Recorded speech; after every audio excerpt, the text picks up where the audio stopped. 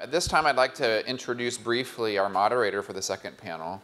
Dr. Richard Green is currently the director of the USC Lusk Center for Real Estate. He holds the Lusk Chair in Real Estate and is professor in both the USC Sol Price School of Public Policy and also in the Marshall School of Business.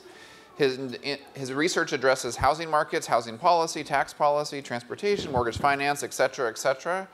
He also spent a year in the Obama administration, just in the final year of the Obama administration. So please join me in welcoming Richard Green to introduce the panel. Thank you, Richard. It's a real pleasure to be here. I think Gary and his team have done just a wonderful job putting this conference together.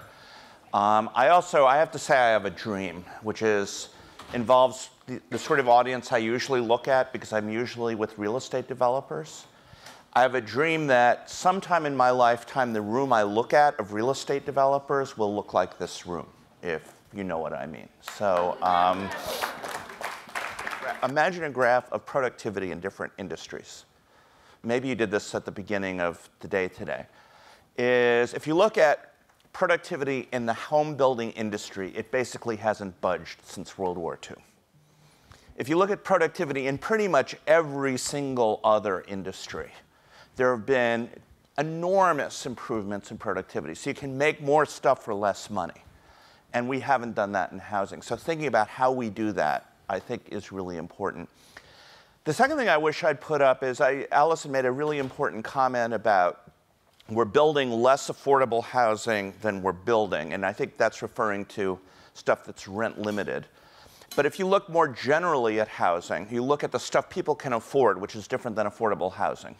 You get the difference. So there is market rate stuff out in the world that people can afford, like Iowa. The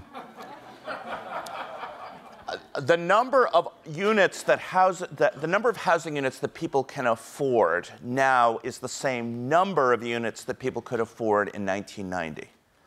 But we had 91 million households in the United States in 1990 and 133 million households in the United States now, or Gary might tell me it's 135. I might be off a little bit. But the point is that the denominator has increased by about 50%, and the numerator hasn't changed. And so that's where we are. So what I did here, this is a very short version of a briefing that I gave to Secretary Castro when I was at HUD on a regular basis. And I just want to talk about a few things about where we are. OK, first of all, new construction. I'm just going to stand up so I can be sure. This is what's happened in new construction in the US. The blue line is total housing construction. The red line is single-family housing construction. And what you can see is that we're still not building all that much. We're better than we were at the trough. We had a trough where we built less housing than we have at any time in the post-World War II era. We're now back to average for the post-World War II era. We're almost exactly average if you look at the past 60, 70 years of housing construction, which means we've now sort of ceased to fall behind anymore, but we're not catching up at all. But that doesn't take into account something that suggests that maybe we are falling behind more, which is that we built a lot of houses in this country in the 1950s. And houses tend to, on average, last, believe it or not, about 70 years from construction to demolition. That includes all kinds of housing, I mean, what you're thinking of. If you're thinking about your brick colonial, yeah, it does live longer than that. But the average house lives about 70 years, which means we're going to come on a period where we have a lot of houses that either need to be recapitalized or are going to fall down. So if you look at this gap, it's getting bigger. And Lori Goodman at the Urban Institute has estimated the numbers about 3 million. She makes a very conservative estimates about the number of units leaving the stock. And so we're just, in general, not doing very much. This is the same graph for California. I don't have single family. This is the total number. And you can see the California picture is almost identical to the US. It's just a different scale. And in California, again, we are actually now down to building. We are now building about the average number that we've built since World War II. But I mean, look at this dip. We were at about 80% below normal for a good number of years. So why are we building stuff? I think there are 3 reasons. 2 are regulatory reasons, and we have one of the leading experts in the country here, Steve Allner, on that. It's just harder to build stuff, particularly in the places that people want to move to, right? The places where the jobs are, the places where the incomes are growing. And Enrico Moretti has suggested that this shaves about 10% off of GDP because people just can't move to the places where they want to live. So the places where people want to live, it's hard to build because of the local land use regime. The second thing I suspect is the way bank regulation has changed in the aftermath of Basel is construction loans are given a very high risk weight relative to other kinds of loans. So a typical business loan, you have to put aside 8% capital if you're a bank against that loan, whereas if it's a new housing construction loan, you have to put aside 12% capital. Okay, why? Well, when I was in DC, I asked some people where that number came from, the 12% instead of 8%, and oh, it sounded good. 50% risk weight sounded good. I suspect that a construction loan for an apartment building is no riskier than a business loan. Anyway, somebody should at least look at that. But then the third reason is this, is if you look at what's happened to house prices, well, no, because this is policy was made that is inhibiting the ability of banks to make loans without a good foundation for that policy. And here's the third thing. So this is what's happened to house prices in a number of cities, San Francisco, Los Angeles, Riverside, and so that's the Inland Empire, and Las Vegas.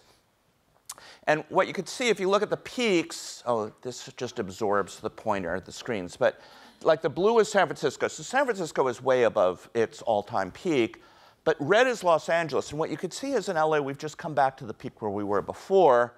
And if you look at the Inland Empire, we're not back to that peak. And if you're looking at Las Vegas, you're still way below the peak. What does this have to do with building new stuff? Well, new houses are generally built for not first-time buyers, but move-up buyers. How do you become a move-up buyer? Okay, in my day, bought a house, you lived in it for 5 or 6 years, it increased in value, you got equity, and you used that equity to buy your next house, which allowed you to move up. Okay, now you're in LA, it's great, we're all the way back to where we were, but if you bought your house in 2004, 2005, 2006, you have built no extra equity, and in fact, when you're done with the sales commission, you really have less equity than you put in. You're not in a position, you don't have the equity to move up. And so people are staying stuck in their houses. And so there isn't the demand for the new construction market on the single family side as a result of this absence of buyers. So homeowning versus renting, and this is important because we think, and we know there's a lot of pressure on the rental sector. This is what's happening to marriage, is each generation has had a lower rate of marriage than the previous generation. And I could spend hours talking about this. I find it a fascinating topic. And no, I like being married. I don't, there was nothing snarky to be implied. No, I think marriage is great. I'm all for marriage, but you have, my parents' generation, 2/3 were married by the time, this is data from Pew, 2/3 were married by the time they were 32. It's dropped down to about 1/4. Okay, each generation less. And I suspect the driving reason for this is there's a labor economist, David Autor, that's done some really terrific work on men who haven't gone to college. And it's just very hard for men who haven't gone to college now to find women who are willing to marry them. And that's a big driver of the marriage rate. If you look at the share of women who are never married at age 35, it is 20 percentage points lower, no, never married, higher, 20 percentage points higher than it was just 20 years ago. That's a huge change in a very short period of time. Well, single people don't buy houses. There's a 22 percentage point gap after controls in the home ownership rate between married couples and single. So if people are going to remain single for a long time, there's a pretty good chance they're going to stay renters for a long time. Race, ethnicity. What are the groups that are growing most rapidly in population? Well, it ain't non-Hispanic whites. This is, if you look at the total, on the left-hand side of the graph, we expect population growth of about 22% between 2010 and 2040. This is census projections. Non-Hispanic whites, it's 6%. Asians, it's about 70%. Latinos, it's about 110%. And African Americans, it's about 30%. Okay. Again, I could spend hours talking about how I think we need to rethink how we do lending, because we are using underwriting that's based on a society that doesn't exist anymore. And I'm not talking about doing unsafe loans. I'm talking about finding information about people that we haven't been looking for in the past. in any event, these are the groups that are growing most rapidly. And if you look at their predilection to becoming homeowners, okay, this is on the left, African Americans. The 10 percentage points, the blue, that is explained by observable socio-demographic factors, where people live, et cetera, what their income is, their education, their age, and so on. The rest you can't explain with census data. I suspect it's wealth and credit is what determines that gap. So we need to come after that. But in the meantime, what we have is, okay, this country that's changing, so we have a lot of renters. And on top of that, you have, in 2013, the share of renters based on demographic characteristics was about 3 percentage points higher than we would have expected. Well, why is that? Because all these people were foreclosed on. And are they going to want to come back in the market? And we're not going to know that for a while. So you have, okay, we're not building stuff. You have a lot of people wanting to become renters. Those are the two things going on. And so you have the following phenomenon. Okay, this is my theory about why people are pissed off. This is the median, because they clearly are. This is the median income less rent by city in the United States. The change in that from 2000 to 2016. That's the most recent, again, ACS data that I can use. As you can see, in nearly every American city, these are MSAs, people have less money left over after they've paid the rent. The exception is, okay, Greenville, North Carolina. So if you want to make money and not pay so much for housing, Greenville is the place to go. Here's another way to look at it, is you put the 50th percentile renter, the 50th percentile rental unit. Here's the share of their income that they would pay. And again, if you look, this is in 2000. This line here is the 30% line. In most cities, you could accommodate everybody in 2000. Not all, but quite. This is the same scale on the graph. This is what's happened. I'm just going to go back and forth and show you how much that's changed. See? We now have about 2/3 of American cities, 30%, 2/3 of American cities, even if you put the 30th percentile, excuse me, the median renter in the median rental unit, they would be paying more than 30% of their income. So there's no opportunity. So the point is, I'm even looking at, is there an opportunity to rearrange people so that they wouldn't have to spend too much on rent? And this is not poor people. This is the median renter. Okay? And so we're in a pickle. And in order to deal with this pickle, we have 3 great panelists. So I'm going to ask them to come up here right now. So great start, Richard. Again, we have the bios of all these speakers. I've had the pleasure now of working with all 3 of them. They may not agree that it's a pleasure, but from my standpoint, it's been a pleasure. Actually, you and I have just gotten along all the time. Yeah, we're friends. We're just buddies. But yeah. So we're going to have, the way I'm going to characterize this, an innovator in the production of housing, Tony Salazar. For many years, CEO of McCormack, Baron Salazar. An innovator in the financing of housing, John Lawless from Fannie Mae. And an innovator in thinking about the interaction of government and housing, local government and housing, and also a fellow HUD alum, Bed Winter, who works for Mayor Garcetti on housing issues. And what I've asked all 3 of these gentlemen to do is give us about 10 minutes of their view on innovations in their sphere that they think could matter in terms of helping with this issue that I just discussed. Good afternoon. I am in my 39th year of developing affordable housing. This is all I've ever done. I have, and the firm has been in the business that long, and we're in every major city of the United States. So. And I use, from developing affordable housing, I use a for-profit company to develop affordable housing. And I use housing as my platform to rebuild distressed urban neighborhoods in this country. So just to give you a breadth of our company, we've developed about 25,000 units of mixed housing, affordable and mixed income housing. We manage 33,000 units, so we house a little over about 110,000 people every night across the country.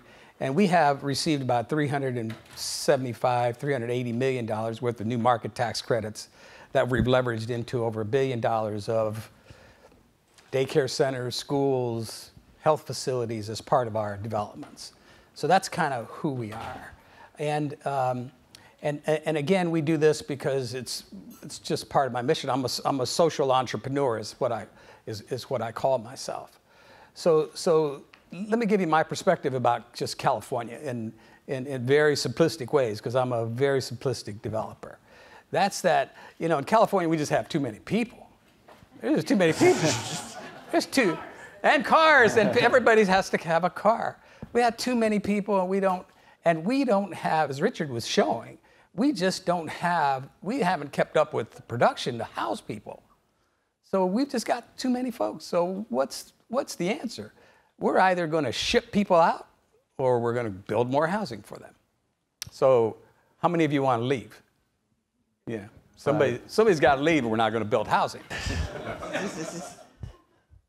That's really the dilemma. In my opinion, we have a production problem. I'm a developer. I got a production problem. We got to build more housing.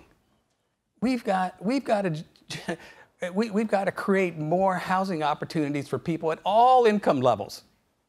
Right now, it's just kind of a barbell everybody's focused on. You know, the market rate is taking off, and we're focused on homelessness here in LA. What about the rest of us? Not a lot. So we have to generate housing. We have to put people in housing, and that's part of this whole dilemma about where we are in this city and in this state. It's kind of like, where are you going to put it? Right? Not in my neighborhood. Well, let's build more housing and, you know, around transit stops. It tears up the character of the neighborhood. Don't want to do that. We don't want more density. We're kidding ourselves if we think we're going to solve this problem without building density. And neighborhoods are going to change. The city's going to look different. Because if we think that it's not, we're kidding ourselves. We're just like, and we're going to do what we're doing now. So you got the people who are advocating for homeless housing, fighting against the market rate people, right? And then you got the workforce that has to drive until they find affordability because there's gentrification going on. And, you know, it's a gentrification issue, and everybody's fighting each other over the same unit. And we're not saying to ourselves, God, we got to build more to accommodate everybody. Because if we don't, then it's just going to be a fight. And at some point, all of us, Richard was right, at some point the room has to change. The bodies and the people have to come together and say, you know what, we've got to go build more. And there's got to be some fundamental changes in thought about who we're housing and how we house them. Now, I've got 25,000 units. A third of my units are public housing. A third of my units are tax credit, affordable, and a third is market rate. And guess what? They all live together. Big myth in real estate is that people, you know, it used to be people of different races who wouldn't live together. And now, you know, it's people of different incomes who won't live together. You know, and those are myths in real estate. It's just a myth. They do live together. And there is social harmony that occurs. So mixing incomes, density, all these things we all have to agree on, no matter what perspective you're coming from, and we got to go build more. Again, it's building more or send people out of the state. So it's one or the other. The thing about production, and the thing where I was headed was, in Southern California, we have some of the greatest developers in the world on the private side. That's where they're located. You know, affordable housing is non-economic. It doesn't work because people can't afford to pay the rents necessary to cover the cost of development and operations. So somebody has to fill the gap. The private market doesn't make loans to things that are non-economic. It just doesn't work that way. So how do we get the people, as Allison was saying, there's foundations, there's government, there's money out there to help underwrite these developments. But who's going to build it? Where it's going to be built? The private developers in this country, the people that actually produce and make these things happen, aren't involved in building affordable housing. Okay, if they're not a social entrepreneur like me, they're not doing it because they're building market rate stuff. But yet, that's where all the experience is. That's where the expertise is. That's where the skill is. We need to figure out how to build this bridge over from the capital that we do have to get these people to build. You know how many units we need to build to accommodate everybody? Hundreds of thousands, right? I hope you heard that several times today. We need hundreds of thousands of units. Everybody say that with me. Hundreds of thousands of units. Billions of dollars. Okay? If, you hear about, a few thousand here and, this interest rate change there and this bill over here. Hundreds of thousands of units we need to build. Billions and billions of dollars. If you hear anything less than that, people have taken this problem down to such a minimum scale, and they're focused on such minute issues that we've forgotten about this big picture. If I leave anything today, focus on this big picture that we have. Focus on the hundreds and hundreds of thousands of units for every income level, and that we're all in this together, and that we all have to build it together. Because if we don't think that way, a couple of years I'm going to come back here, and you guys are going to be living in other states because you're not living here anymore. 1 minute, and let me just say this one thing. just this one thing.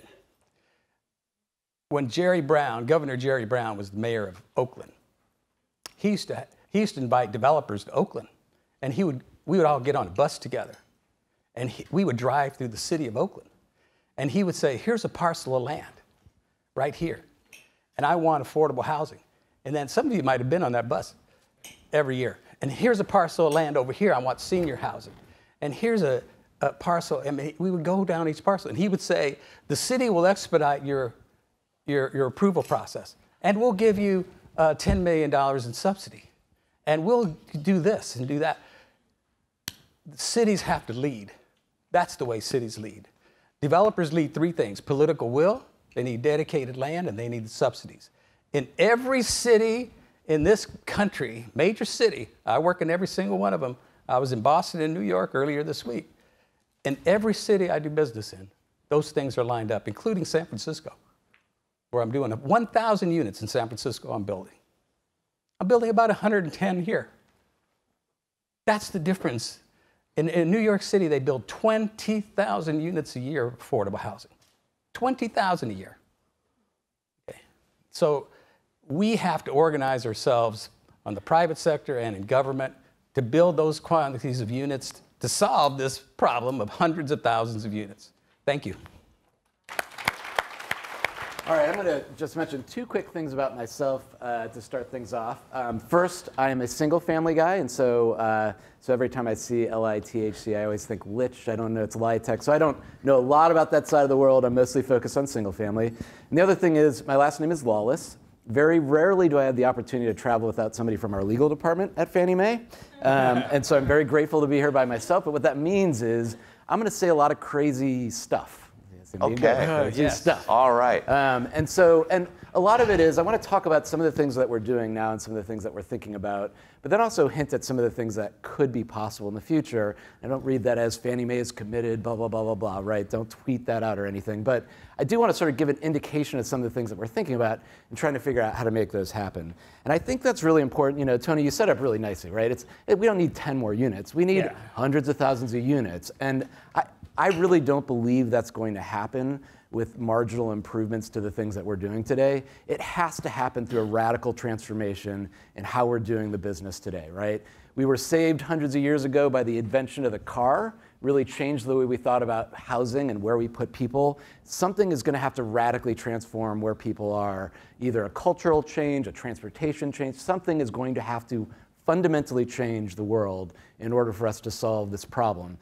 The fact I just heard recently was really shocking to me. In the last 5 years in California, you've created 5 times more jobs than you've permitted homes, right? It's just amazing to me, right? And these facts go on and on. Richard shared a lot of them, but you just hear some of these numbers, and it's a very, very deep hole, and something really big is going to have to change. So I'm going to talk about 3 things, and the first couple of things are going to be very single-family finance oriented, so I apologize for that. I will go pretty quickly through those things, but then I'll talk a little bit about the supply issue and some of the things we're working on related to supply. So on the single-family side, home ownership, getting access to financing is really, really critical. Now, in the context of this conversation, more access to financing means more people can buy homes, which means more demand for a limited supply, which means increases in home prices, right?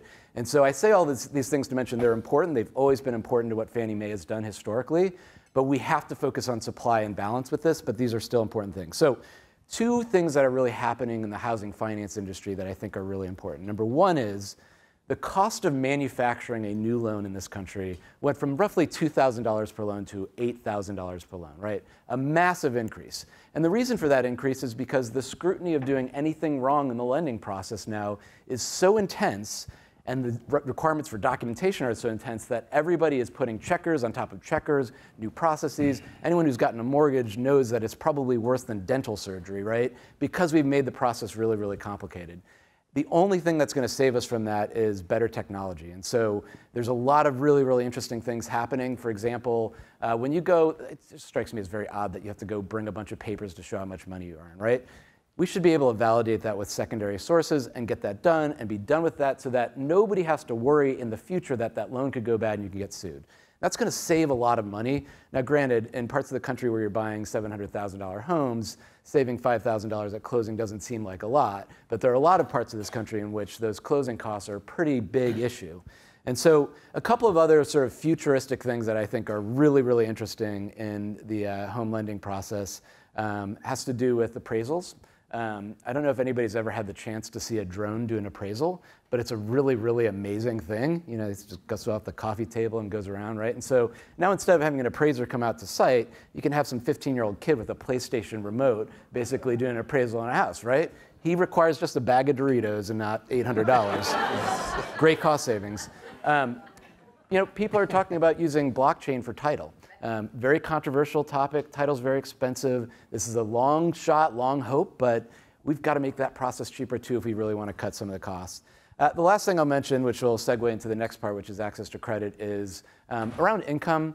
You know, we have a lender who had this great statement, like, you should apply for a loan with a thumbprint and close with a retinal scan, right? It should be that simple and easy and cheap and smooth. And a lot of that's going to be about accessing new data, bringing in bank data into the process and being able to validate everything up front and qualify people up front. So, so those are some of the things in the processing, but that bank data kind of turns over to, okay, now what can we do to allow more people to be qualified for a mortgage? So it's really, really critical in lending and everything that we do to make sure that there's sustainability. We have this concept of a credit box. You can imagine a box in which like only the people in the box can get a loan. But the problem with the credit box, and something that Richard and I have talked a lot about, is it's very imperfectly measured. If you're outside of the credit box, you might say you have a 10% chance of failing on your loan. Well, I read that you've got a 90% chance of not failing on your loan. So how can we find those people who are actually capable of managing their payments on an actual mortgage, but today are just excluded because of a lack of data or lack of subtlety in how we underwrite? And so a great example of this is the underbanked, the unbanked, people who don't have credit histories. It's very, very easy for us to quickly go into somebody's banking history and rebuild almost every aspect of their life, including rental histories, utility histories, so on and so forth. So those are some of the things we're thinking about on access to credit.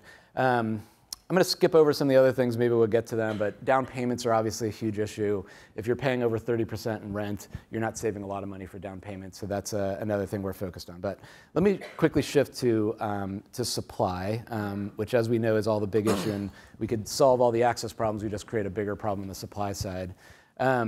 So there are a few things that we're working on right now that I think are really interesting on financing. So the first is around taking better advantage of existing supply in the country. And so there are a lot of neighborhoods that have just fallen into ill repair. Richard shared some interesting stats about sort of the average life of a home. And you know, when you talk to a millennial and you're like, you can either pay $3,000 in rent or you can move into this beautiful but 50-year-old home that doesn't even have a Nest thermostat.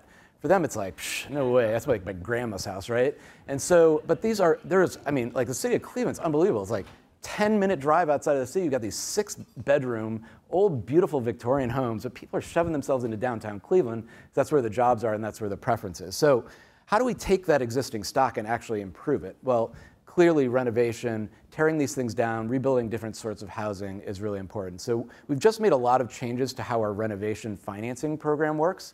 It's much easier, it's much more flexible. You can do things like buy a home and put an ADU in the backyard at the same time and finance it as part of the same mortgage, right? You're gonna pay $100 more on your mortgage, but you're gonna get $2,000 in rent. It's a no-brainer for most people, right?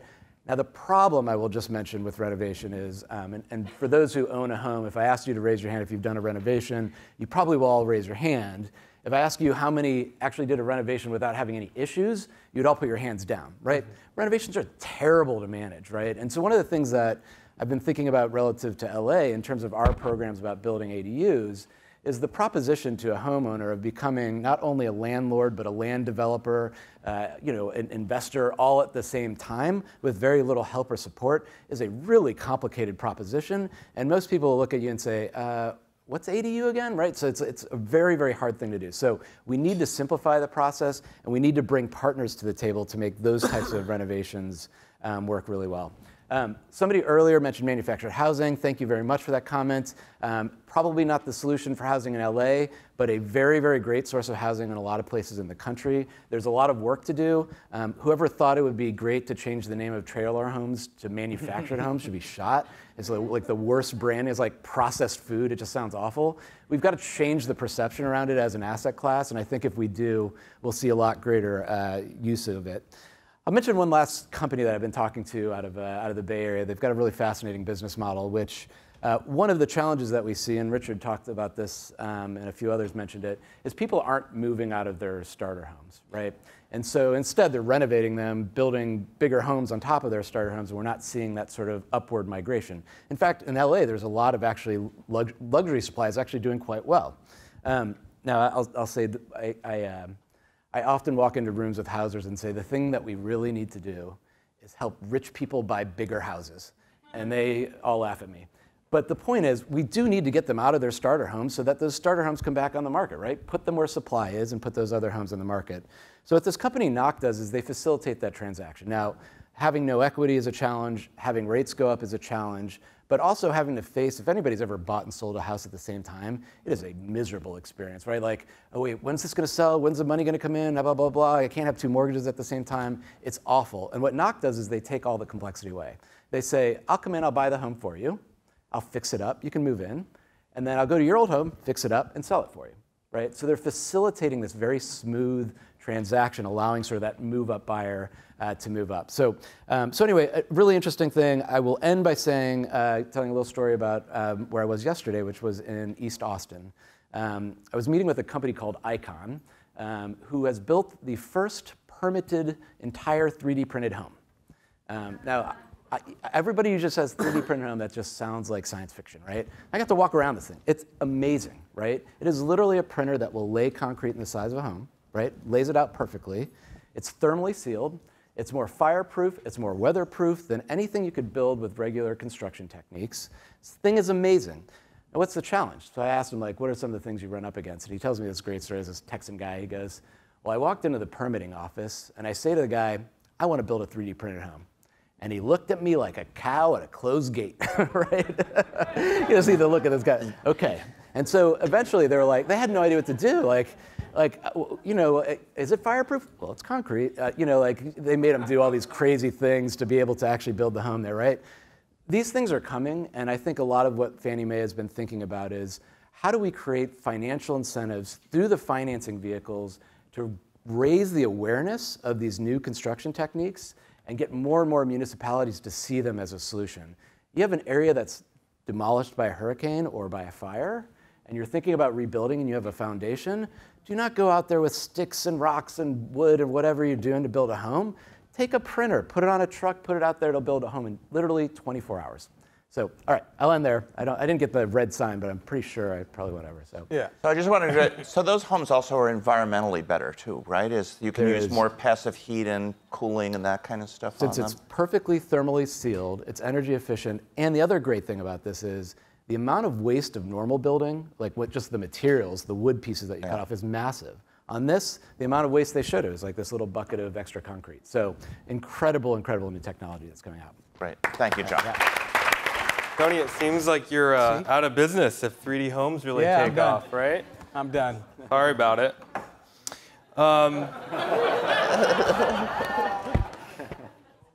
You know, it's kind of a sobering task to follow up all of this, just especially after seeing your presentation. I think it's really no surprising that housing affordability, homelessness is not just an issue for mayors. It's really the issue for many mayors in California, especially, and across the country.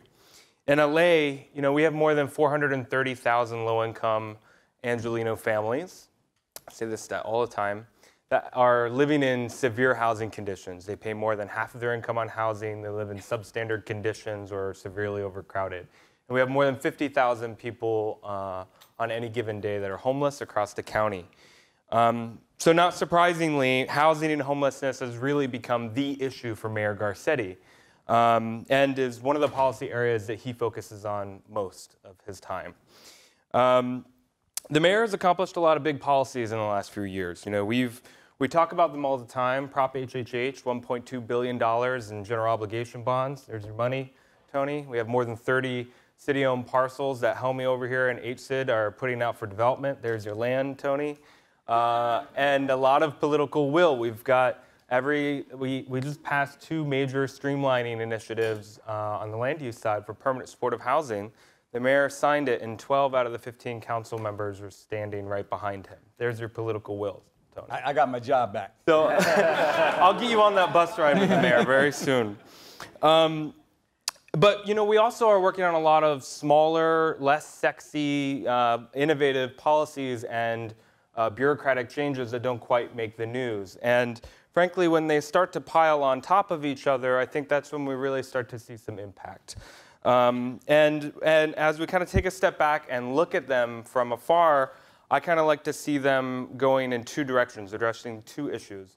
One is about building, baby build, growing the supply to meet the market demand, but to do that in a sustainable way, right, along our burgeoning transportation network and in our regional centers. We're updating our community plan downtown and planning for an additional 70,000 units there. The mayor has a goal of building 100,000 units by 2021 to not only meet our future needs that are given to us by the RHNA process, but to also chip away at our backlog of need.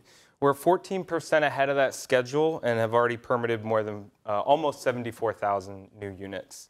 Collectively, we've seen more than $32 billion in construction valuation in the last 4 to 5 years. That's a lot of money that's pouring into our city and into our neighborhoods. So that brings us to the second part here, right? The second goal is to make sure that all this investment, this capital, that especially the capital going into housing, is being deployed in an equitable and inclusive way. And that we're growing the city not just for the high-wage tech sector that we're trying to recruit, but also for the 840,000 people that live in this city under the federal poverty line, and those that have had to leave the city because it's become too expensive. So, Professor Green, you told me I'm not allowed to list all the innovative things that we're doing, so I just wanted to highlight 2 innovative policies that we're working on. Well, if you can do it in 6 minutes, go ahead. Oh, no, it's okay. Two policies that kind of demonstrate how we're innovating on how we incentivize the private sector to build not only denser, but in a mixed income way. And then also on how we're trying to innovate on the funding side to go further with our limited resources. On the incentive side, in September of this year, we just passed, or the executive branch of the government released the new transit-oriented communities guidelines. And Callie Hardy back here is from the City Planning Department who worked on this program. So thank you, Callie. These guidelines really dramatically expand our existing density bonus program right around high-quality transit stations. The program really embodies, I think, the two goals that we were talking about. It helps grow the supply of housing around transit, and it also does so equitably by giving more density bonus, Florida area ratios, parking incentives, in exchange for more affordable housing and deeper affordability levels on site. Now, the origination story of this policy, I think, is really interesting for a policy school to think about and to study, because it didn't come from a council member. It came from, really from the ground up by affordable housing advocates that placed us on the ballot in November with Measure JJJ that voters approved, I think, what, 50-some or 60%, something like that. But because voters passed this initiative, the city council itself didn't actually have to act on it, right? So the executive branch, AKA the mayor, and our great city planning director, Vince Bertoni, had a lot of flexibility and authority to develop a bold policy initiative. And to do that in a safe space without like a whole ton of political noise that kind of changes the policy. Now, that's not to say that left alone, the city council can't do bold actions. They definitely have passed very bold actions like the permanent supportive housing ordinance that Callie also worked on, that really removes regulatory barriers and allows permanent supportive housing developers to build by right across the city. But it did create that really unique space that we don't get very often in the public sector to create policy. Now, no policy is perfect, and we can always tinker with it, especially after the first few years. But I think in the first 6 months of implementation, we're starting to see some real progress here. We've seen that DCP has gotten 68 applications so far in just the first 6 months, representing more than 3,000 units, 16% of which are affordable, and about 10% is actually affordable at extremely low income levels. That's an income category that we traditionally do not incentivize, we fund. So we're starting to see some progress. We've also seen another 103 applications just to come in to get the check from the Department of City Planning, that they could then take that and go to the Department of Building and Safety, get a permit by right over the counter. So we have to do a little bit more analysis to see how many we've actually permitted. But I can guarantee you, even one of our first HHH projects that we broke ground on, that Sean Spear over here is managing from HCID, actually used a new TOC program to help get that through the door quicker. All right, so innovating on the incentive side, let's talk about innovating on the finance side. We're first and foremost really scaling up the bread and butter programs for subsidizing new construction tax credit affordable housing with new programs like Prop HHH and an affordable housing linkage fee that can produce up to $100 million a year. But because we have these new local revenue streams, they're much more flexible than the traditional affordable housing dollars we get from the federal government. So that means we can tinker, we can pilot, we can create, we can seed new initiatives. And then if they're successful, we can really scale them up as these new revenue streams continue to generate more money for affordable housing. Helmi already gave you a little tidbit of information on the NOAA fund. Last week, Council just approved this new fund that will help mission-driven developers go in and acquire smaller multifamily properties and preserve their long-term affordability. We don't have a lot of stats on how that's rolling out yet, but I think this is the kind of example that once we can start to tinker with it, roll it out, if it's successful, if we get good technical assistance and units coming through, then that's something we could scale up.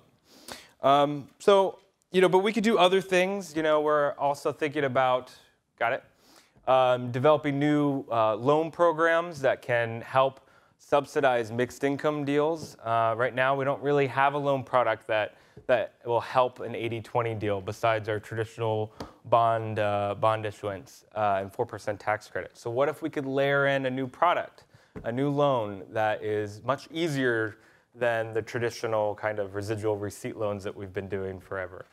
Make it easier to lend and make it easier to pull down some of that affordability levels of mixed income development. So in summary, just want to leave you with the message that our housing crisis is decades in the making.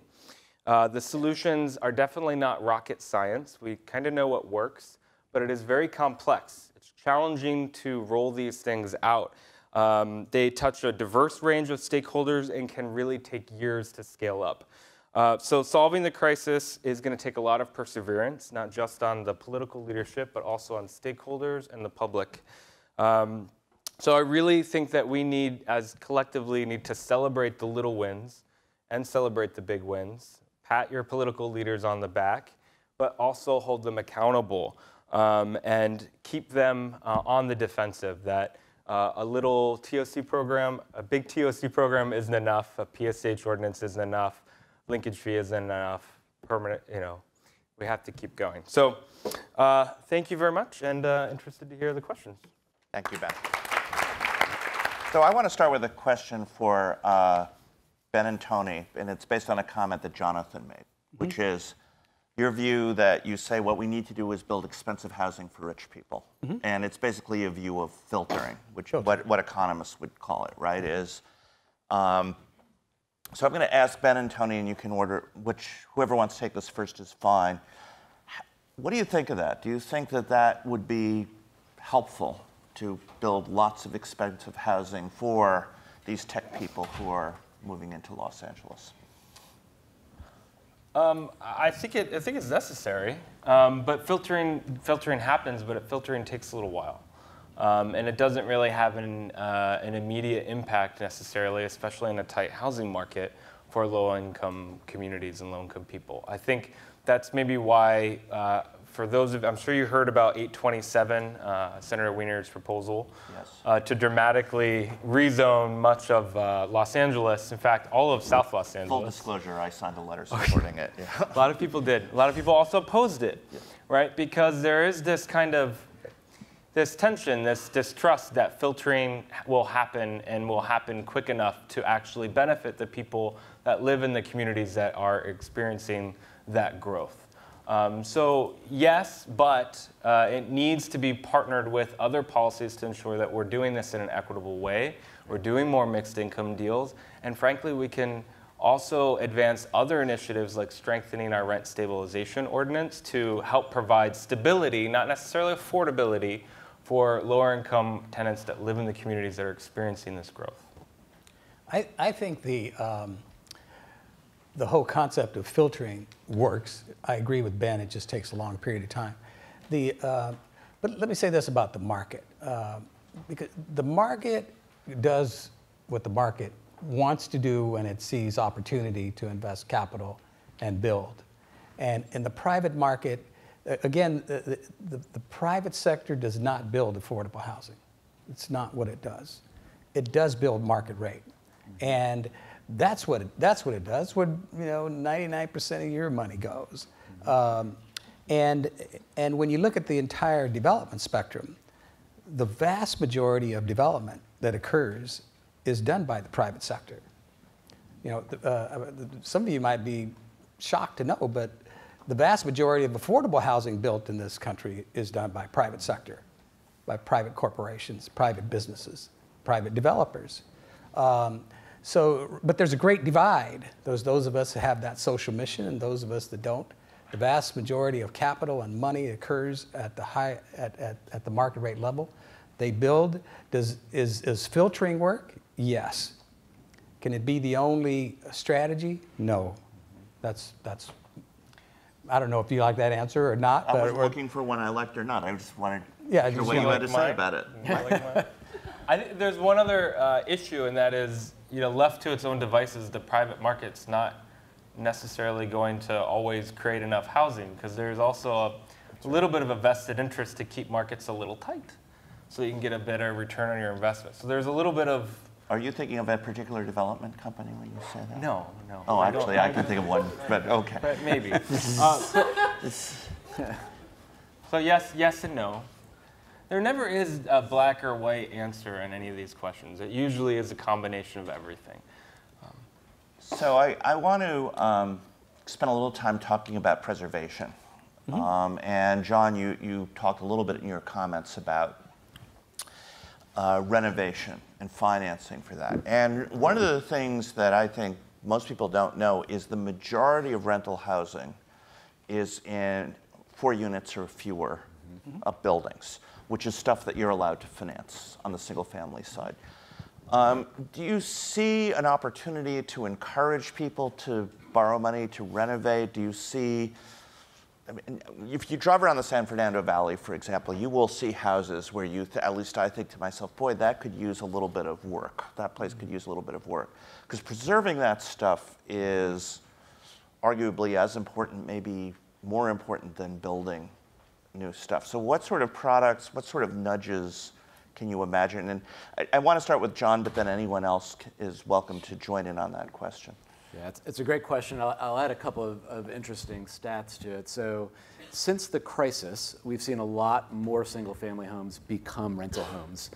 In fact, by our measure, if you think of a starter home as a home of 2,000 square feet or less, the number of homes that have been converted to rentals is equivalent to what we're doing in 10 years of construction there, right? So in a second, 10 years of construction suddenly became rental houses.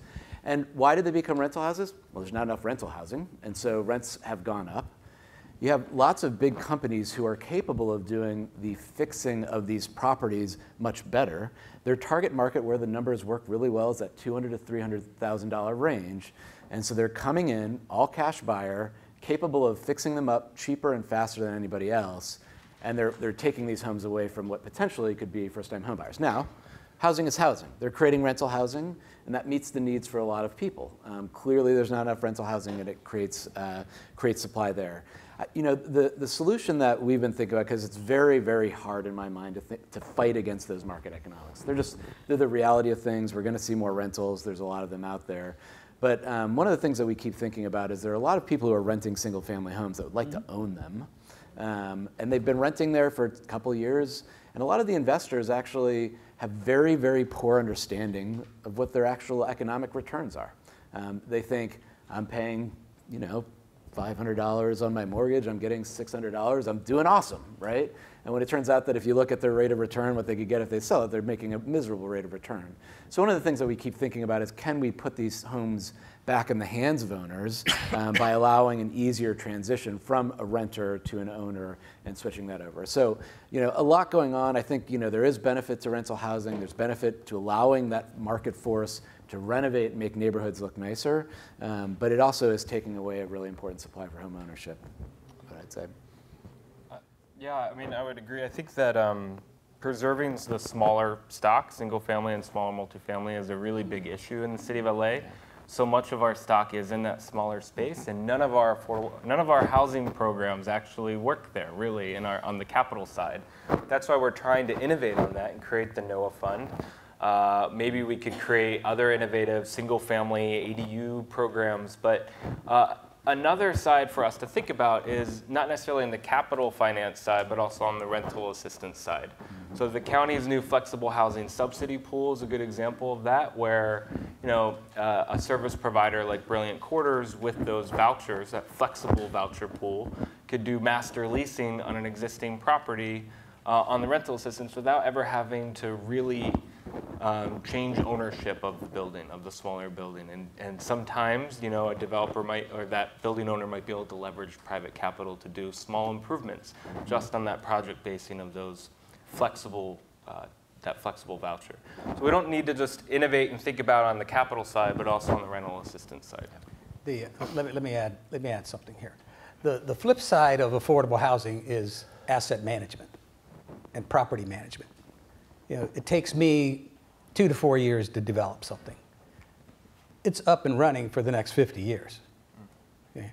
And how do you manage it? How do you maintain it? How do you keep people in it? Right now in the city of LA, we manage somewhere around 1,200, 1,400 units in these 4-unit buildings. These smaller buildings, yeah. Yeah, they're a pain in the ass. I mean, how do you know, they're spread out all over the place. They're hard to manage. And they're very difficult. Again, you know, from a development point of view and a management point of view, if we're going to get to hundreds of thousands of units that built and developed, it's going to have to be density, because we can't build these smaller. You know, they're great, you know, but you know they should be owned by a person, and you know where they live in a unit, rent the rest of them out, and they maintain them at that level. But from a larger scale point of view, from a macro scale, very difficult to operate going forward. So I want to push on this point about property management a little further and now get into the larger buildings. And I know you've not only built stuff, but you've acquired stuff and redid it, recapitalized it, and managed it. Do you have a sense, if you look at like the worst managed stuff, what that costs relative to the best practices in management? Because this is something, I don't think we even have a class at USC on property management. As you say, it's with the life of the building, and what do we think? We think about building it, we think about acquiring it, we think about selling it, we think about the rent we're going to collect. But we don't think, property management is sort of, we take 10% out of the gross, and that's about as much as we think about property management. So tell us a little bit about how much of a difference it can make between a well-managed and a poorly managed property. Yeah. Let me say it in this way. I develop property. I'm not a seller of property. So everything that I've developed in the last 40 years, I still own and manage, and I still maintain. And so and it's on the property management side that you take care of your asset, deal with your residents and all. So if I build bad stuff in the beginning, it's going to be horrible for the next 40 years. So I have to build the best quality, high stuff with the best durable materials in order for me to operate over a long period of time. The other is just the quantity of units, the number of units. It's economies of scale. It's economies of scale. The fewer units in the development, the more expensive it is to operate. If I have a senior building, I never build a senior building that's less than 105 units, because I know that over time, those operating expenses and the incomes, expenses are going like this and revenue is going like this, and I know exactly in what year that's going to happen. So if I build anything less than 105 units, I'm going to hit that. Then I'm coming out of pocket, right, to cover the deficits on the property, and every 15 years I'm painting it. Every 15 years I'm replacing the furnace. Every 15 years, so I know exactly when these things happen. And if I don't have the revenue to do it, it's going to be a disaster for that development, for the people living there, and for the community that it's in. I don't know if that answers your question. No, that's a great answer. Ben, you? Yeah, I'm going to give you the perspective of a political office, how we think about this. We went to the voters twice recently and asked them to open up their pockets to pay for permanent $1.2 billion for permanent supportive housing, and then $3.5 billion for the services. If we spend a lot of time trying to work on NIMBYism and get community support, neighborhood support for each individual permanent supportive housing development. But then, if we kind of stopped that neighborhood engagement there, and then you have poor property management for the next 55 years, then that one asset that is poorly managed has about, 1,000 neighbors around it that will not vote yes next time we come to them in the next 10 years to ask to continue these initiatives. So I think just from a purely political perspective, that's really important. Sort of like Pruitt-Igoe sunk public housing in the U.S. forever. Mm-hmm. Those pictures of those 15-year-old buildings being blown up is something that really resonated. Great example. Yeah. And if you don't know about Pruitt-Igoe, you should look it up. It changed the landscape of government's involvement in public housing and how to address that issue. So I'm trying to think how to ask this question in a way that it won't get, Tony can't get into trouble, but either one of you. So I'm going to try it this way. Tony talks appropriately about density, and I think we would all say, I think everybody on this panel would say we need more density in our cities. Is there an example, is there a market, is there a city, and you guys know the country pretty well, where they do land use policy, do you think, in a really good way, that it strikes the right balance between, let's say, Santa Barbara's on the one hand and Houston's on the other? There are places in between. Is there a place that does a good job that strikes a balance? And is that an innovation in how you do land use that's worth emulating? No. Okay. it's just so messy everywhere. It's so political. Yeah. But I do like, I guess, I don't know too much about what Seattle's doing. I know Seattle's growing density in key places and preserving single-family neighborhoods in some places. But the way that they talk about their rezoning and their land use initiatives is really about equity and fairness. And they have like an equity indicator and a neighborhood quality index that they look at, and it's just for those of us who care about affirmatively furthering fair housing, I think that lens of how they talk about their land use revisions is important. And it isn't, it could be temporary. And so you don't want to draw too much in the way of inference from this, but they have built a lot of units, and their rents have leveled off. They've stopped going up. Yeah. Now, again, let's wait a couple of years before we get too excited about this. Let me add this about Seattle. Okay. Because I think they did what I hoped that we would do here in LA. They focused at both ends, right? Massive amounts of development downtown, higher rise, higher density. But remember where we live in cities, it's a regional problem and requires a regional solution. And there's no way, the city of LA or city of San Francisco or any city is going to solve its affordable housing problem for its region, for that region. And there's regional solutions. So that means not only does government, Ben did a good job outlining what government agencies do, how they work together, but we have to have government entities, municipalities work together to solve the problem in the region. But in Seattle, they worked on it at both ends. So they worked at it at the density level with the planning and the zoning, and they went out into the county and organized all the cities within the county so the county administers the block grant funds, the HUD funds, as they normally have been, but they also taxed each city. And each city provides general funding towards the pool, and then they focus on affordable housing developments within the outer county area to help alleviate that problem. Now you look at that, and then you look at us in Orange County, and you say, what the hell are we doing here? We can't get together they can't get together within Orange County to solve, just a few hundred homeless people on some shelters. Anaheim and Santa Ana can't agree and on they like can't agree a bus on line. anything, So we also have to think, as we're solving the problem for the city, how do we solve the problem in this Southern California issue? Because hundreds of thousands of units isn't going to get built just right here in LA.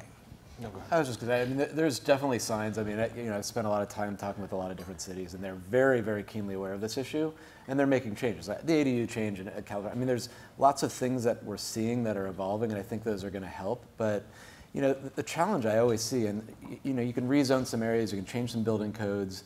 It's still the financial incentive is still to build more expensive houses, which has some use. But, often the proposition for cities is, give up land for less money than it's worth, waive your entitlement fees, waive some of these zoning codes, at the end of the day, what else do I get? I get people pissed off that I'm building something in their neighborhood, right? So, the value proposition to a city, at least the way I've seen it always phrased, and sort of an interesting psychological disposition of people, is that people are much, much more willing to take a risk of a big loss than a certain loss. That's just a very well-studied behavioral trait. So I just feel like cities are always looking at this.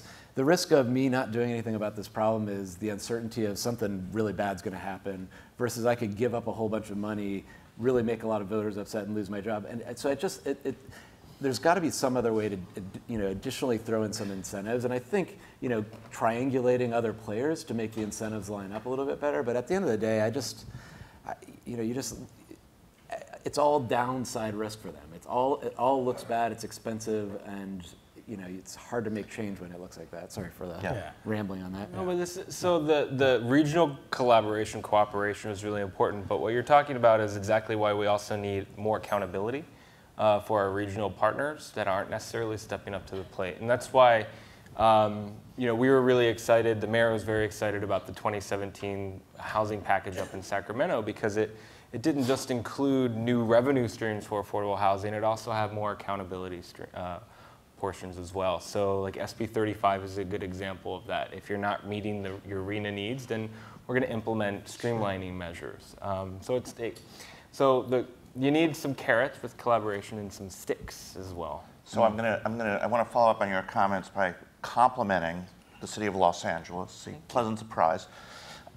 If you look at LA, and if you look at the city of San Francisco relative to their region, in my view, they're still not doing enough, but they're doing way more than the remainder of their regions. So if you look at the city of Los Angeles is building about 60 to 70% of the housing in LA County. It's 40% of the population of LA County. When you add Orange County in, it becomes even more so.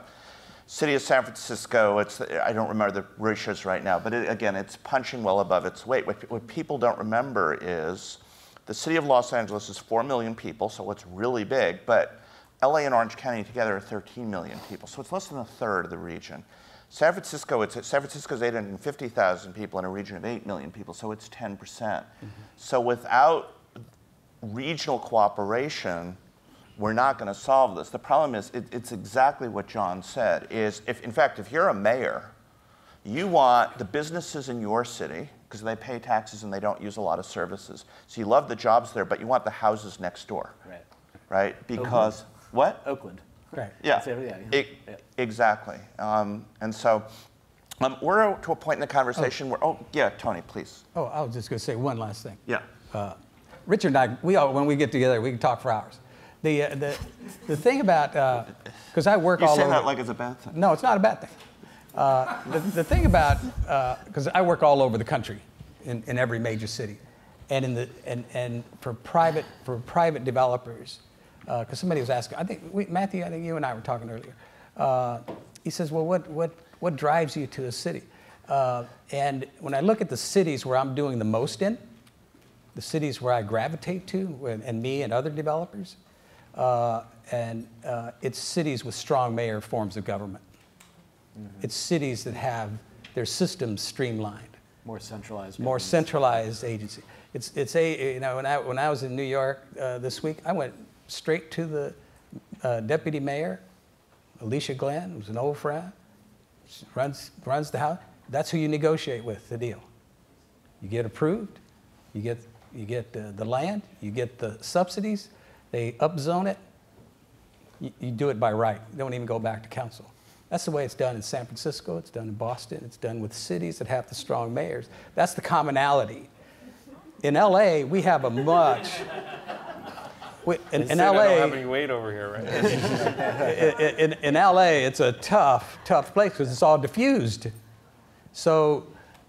even within the city. Within the city, that's what I'm saying. Within the city, it's very diffused, and it's very tough for developers because we like certainty and we like expediting. So somehow cities like LA need to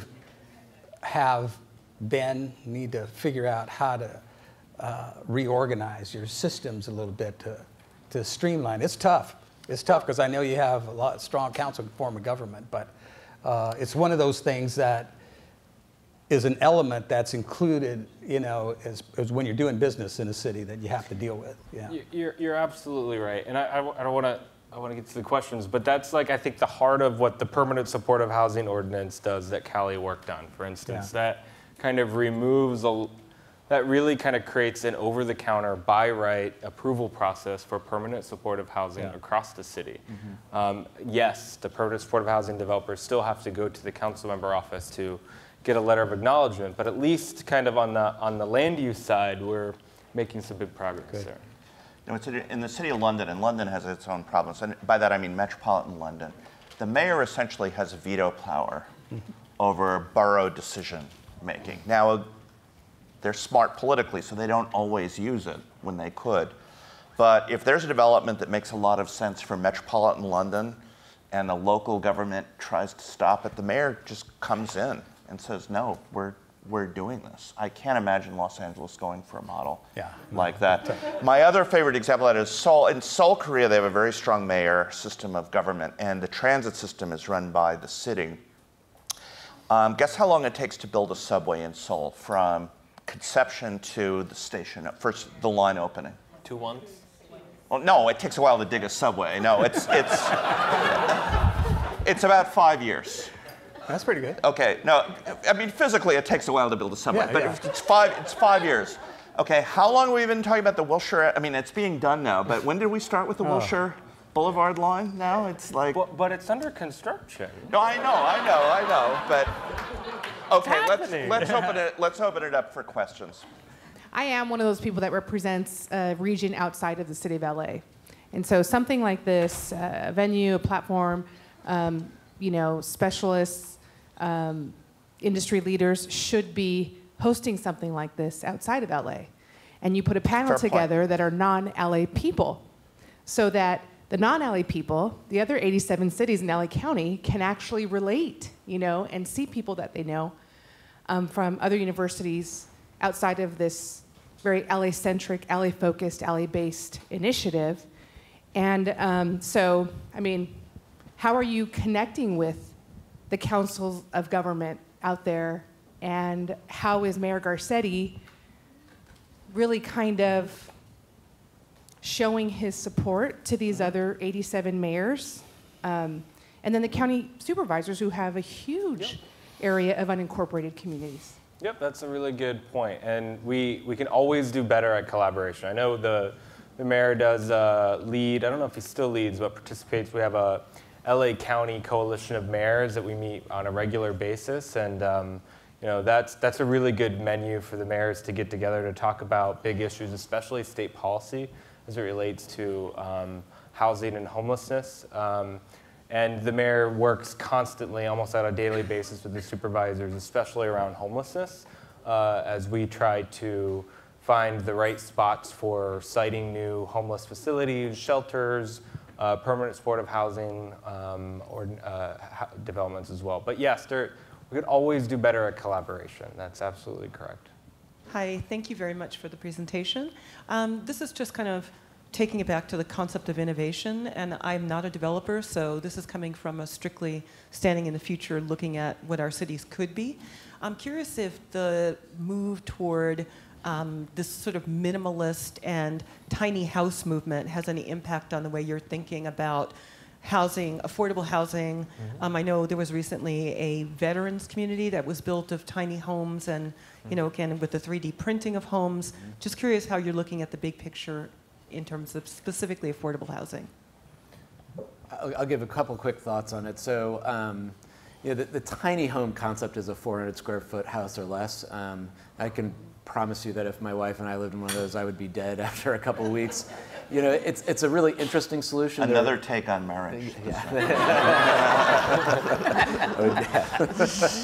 I'd be very quickly unmarried. But anyway, so I think there are certain applications for that. There's a great example in Detroit where they're housing a lot of homeless people with 7-year mortgages in a tiny home. So I think there is an application for that. I think you need to go a little bit bigger than the 400 square foot tiny home to start thinking about how to house people. And just you think about the trend in this country where one person fewer in a household and 1,000 square feet more, right? So, as much as we want to say we want to live minimalist, we still have a large part of the population that wants a little bit bigger.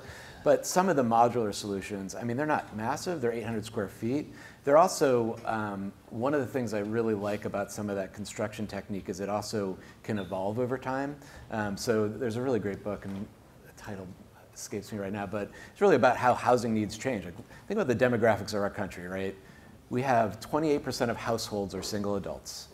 12% of our housing stock is a studio or 1 bedroom, right?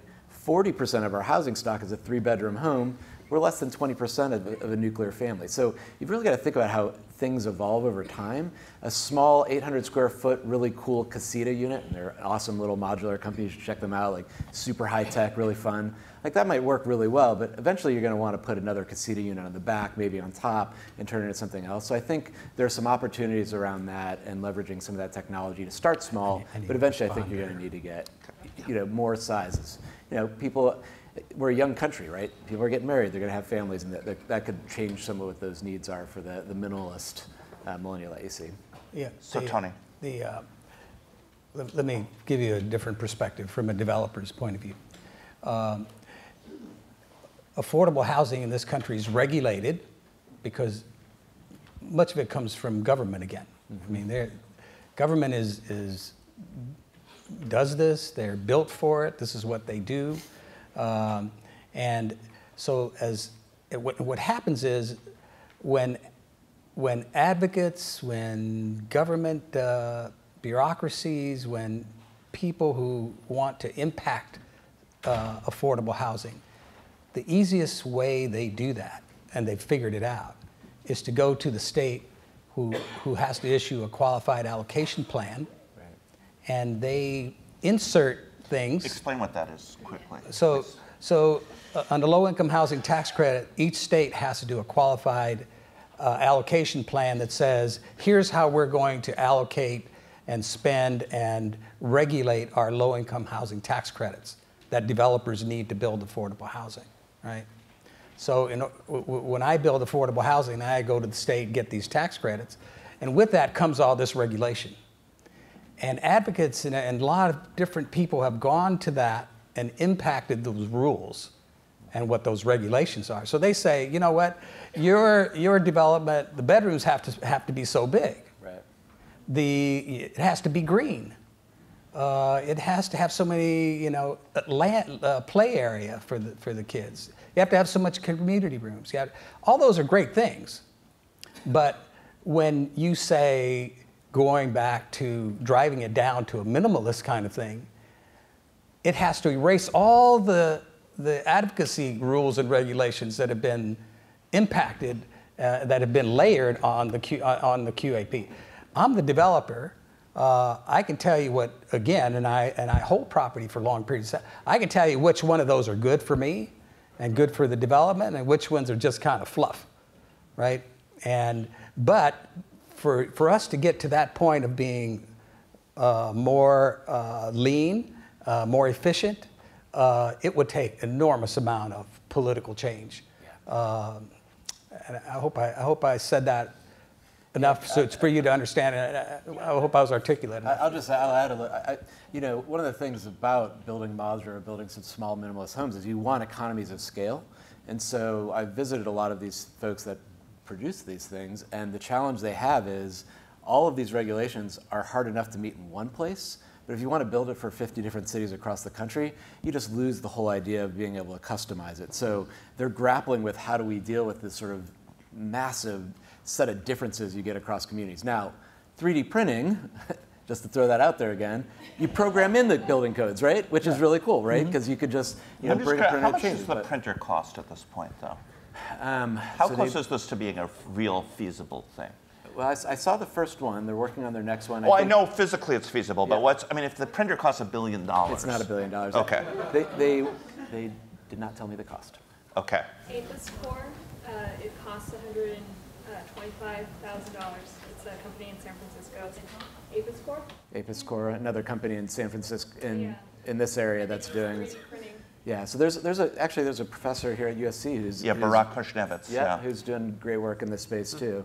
But Icon has really, really narrowed down the price. If you look at the machine, it doesn't look like it costs a lot of money. I mean, it doesn't look like fancy robotics. It's very bare bones. That's all it is. Yeah. So before I get to that, I just want to underscore something John said that I think is really important, and that is what is a household in the U.S.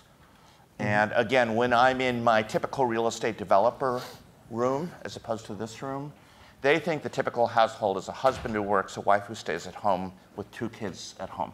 A dog. And non-Hispanic white. That is less than 5% of households in the United States meet all of those criteria right now. And yet we kind of build the same, I mean, I know we've made some changes, but kind of build the same stuff we built. That's true. 50 years ago, right? Matt yes. Yeah, I just have a quick question, Jonathan, which is you're at Fannie Mae. Yeah. And Fannie Mae, I understand from when the crisis happened, turned around and sold their single-family portfolio out of the market, from what I gather, and it was to sell it, and it didn't matter whether it was a rental entity REIT buying the property.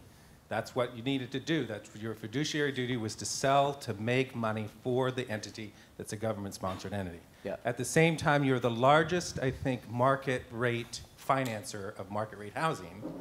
You provide liquidity in the market rate, do you not? I mean, that's what Fannie Mae does. Sure. So how do you balance both of those things when you're saying, there needs to be more single-family housing, but you're financing and providing liquidity, like Tony said, to the capital markets, which is trying to get market rate housing built. Do you follow my? No, I don't. So let me just make sure I understand. So we had a portfolio, certainly a large portfolio of foreclosed properties on the single family side. And what we initially, our sort of regulatory requirement was that we sell them at market rate, given their role in terms of conserving taxpayer dollars, so on and so forth. We've done a lot of things within that to sort of give first look to nonprofits so that those properties are going in the right hands, first look program, things like that, neighborhood stabilization initiatives. Our inventory is actually really low now. It's still big, but it's relatively low. But so there's that side. Right. Then the question is, there's other transactions that we've done to finance the purchase of large portfolios that weren't ours. So like an Invitation Homes transaction. So those are some of the things. So can you, which of the areas? What I'm saying is back to Tony's point. If Fannie Mae is looking at the capital markets as a way to drive housing. They're the largest financer of market rate and single family.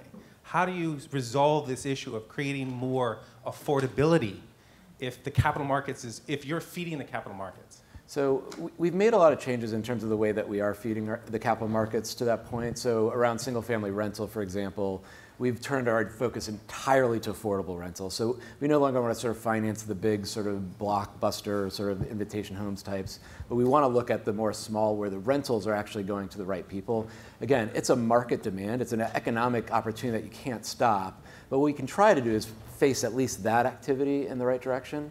And then, you're absolutely right. As you know, we do $400 to $600 billion of single financing every year, right? And so a lot of my role is to think about, do we have the right rules? Are we cross-subsidizing the right way so that the people who really need it are encouraged? Now, I'll throw this out, I don't know if it directly addresses your question, but for a long time, our role has been to rob the rich to help the poor, right? But we do that in kind of a sloppy way. We overcharge for very safe, low credit risk borrowers to undercharge for high credit risk borrowers with the thought that that might get to lower income borrowers, right? Roughly it's a $2 billion cross-site, taking money from here and giving it over here. So, the question that we've been asking ourselves is, in this environment where supply is the biggest and most important thing, should we be thinking about cross-subsidizing new construction and new builds so that the rates are lower for new builds, or we're encouraging smaller builds in the right areas? And so this is a constant discussion for us. It is, because of a lot of the other complexities, way easier said than done, but it's exactly what we're pursuing. And Richard points out, acquisition development financing, which is something we're talking to our regulator about. Not only is the capital absurd, these guys are making 20% unlevered returns, right? All that goes right into the cost of housing at the other end. They're doing it because they can. Mm-hmm. It's not collateralized. It's not a collateralized loan. It's an unbelievable structure. And so those are some opportunities that we think about. Where can we bring capital markets in to reduce those costs in the right places and bring that subsidy to play? Thank you. I think this question is more, for Tony and for Jonathan. Your experience dealing with other localities, particularly large cities across the nation, I think for us, in the resources that we have available, we've thus far kind of looked at things in LA as in terms of, if we're going to look at supporting mixed income and sort of additional affordability in other places, our typical thought is to throw money at the opportunity. But maybe what I start to think about is that maybe other cities have taken a more kind of passive support approach, maybe if it's through additional tax exemptions on the deal, or being able to support the capital in the form of deferred fees and things like that in terms of building it, and then operating it for the long term with some affordability provisions thrown in there. So I wonder if you think of any examples of a large city that successfully implemented kind of a passive set of menu options for development that supports affordable in that kind of indirect way? Yeah, Sean, my experience is that it isn't just one. There's no silver bullet here. Again, so affordable housing is non-economic, right? So there's a financial gap for people, you're housing people who can't pay enough to cover the cost of development and its operations. So how does government fill that gap? And government puts in cash. Government has money to invest in developments. because 80% of all their money that they get for housing comes from the federal government that they put back out. So there's another 20% there, and that 20% is expediting, it's reduced fees, it's parking reductions, it's all these kinds of things that are thrown in together to fill that 20%. So it isn't just one, but stuff like in Denver. I mean, Denver kind of interesting. They took they increased their parking fees and their parking meters. Take that extra money and they put it into affordable housing. There's all these kinds of little things that are going on, but none of them big enough to say they can cover that 20%. But it's all these little things that people are coming up with in lieu fees, linkage fees. There's a lot of stuff linked to car rentals, to hotels, to pot shops now, and all that kind of. I take pot money any day. It's okay. It's good cash. It's cash, So I say that only to say again that it isn't just one, but there's just a whole lot of little things that I can share with you later. I was going to say, our UCLA friend Don Shoup would love the parking meter. By the way. Yeah. Okay. Real quick, so just one of the things I've seen cities do better than others, in order to sort of be less reliant on city subsidies and bring in others, is get more focused on neighborhoods. So I think Allison used the term sprinkled jimmies on cakes, which I miss desserts, so it kind of stuck with me. But a lot of cities are doing this thing where they offer incentives, and it's literally too small in too many different places, and then you can't bring businesses and other interests into those places. But cities like Cleveland are doing kind of an interesting job where they're much more focused, bringing in philanthropic money, people to help with the schools, trying to concentrate in one area. And now granted, the downside of that is that tends to lead to gentrification. But on the other hand, you're bringing a bunch of supply back online in a specific market, and it encourages like the local craft brewery to move there. And so you get other money that comes in to sort of fill the gap in terms of improving or revitalizing the neighborhood versus, like if you take our properties in Detroit, they're foreclosed properties all on 800 different blocks. If you go revitalize all that, you just have 800 blocks with one nice house on it, right? So anyway, there's certain strategies I've seen that have been helpful in bringing in more concentrated investment dollars, and that's one example I've seen. In LA, Sean, the passive incentives and mandates that we're creating, I look at the linkage fee program that we just passed and the TOC program working together, right? The linkage fee program is basically a flip of an inclusionary zoning ordinance. So you say, if you don't produce affordable housing on site and take advantage of all these extra incentives around transit that we're making available through the TOC, then you have to pay a fee. So that fee right there, we're forgiving the fee, if you will, in a sense, and it's a mandate / subsidy that we created. In addition to allowing them to take an extra 80% of density bonus, an extra 55% bonus on Florida area ratios, parking reductions pretty much completely for housing portion, and even more parking reductions on the commercial portion of a mixed use deal. So we're hoping that all these things layered on top of each other, the incentives and the mandates, will start to produce more 80-20 deals even without your extra loan program. But I think it's Cali's job to watch how this all rolls out, because these are new programs, and we need to see how the development market is going to interact and if we need to tweak them. And so for our last word, Tony. I want to come back to how your question plays into this, to Sean's question and the responses, is that I can build the same, well, let me just say it this way.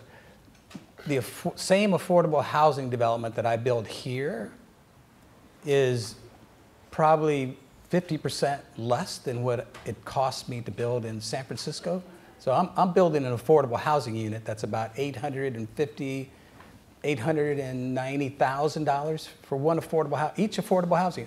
That's how much it costs me to build an affordable housing apartment in San Francisco. Much less than that. I don't know, Sean, I don't know how much it is here now, but 400. So it's about 50% of that. same unit. So the subsidy amounts that has to come in, as you can see, is much higher up there than it is here, because, and it's only different because their regulations say, I want this and I want that, and everything I do in San Francisco has to be 100% union, and and I have to do that. So it's so these subsidies and how they fill the gaps. That's why it isn't just one thing. There's all these things that need to be brought together to fill that other 20% that cities have to do to develop something that they want. I'm so sorry, we're out of time. We can meet you, young lady. We can meet you outside. Right. Let's give a round of applause for Ben and John and Tony.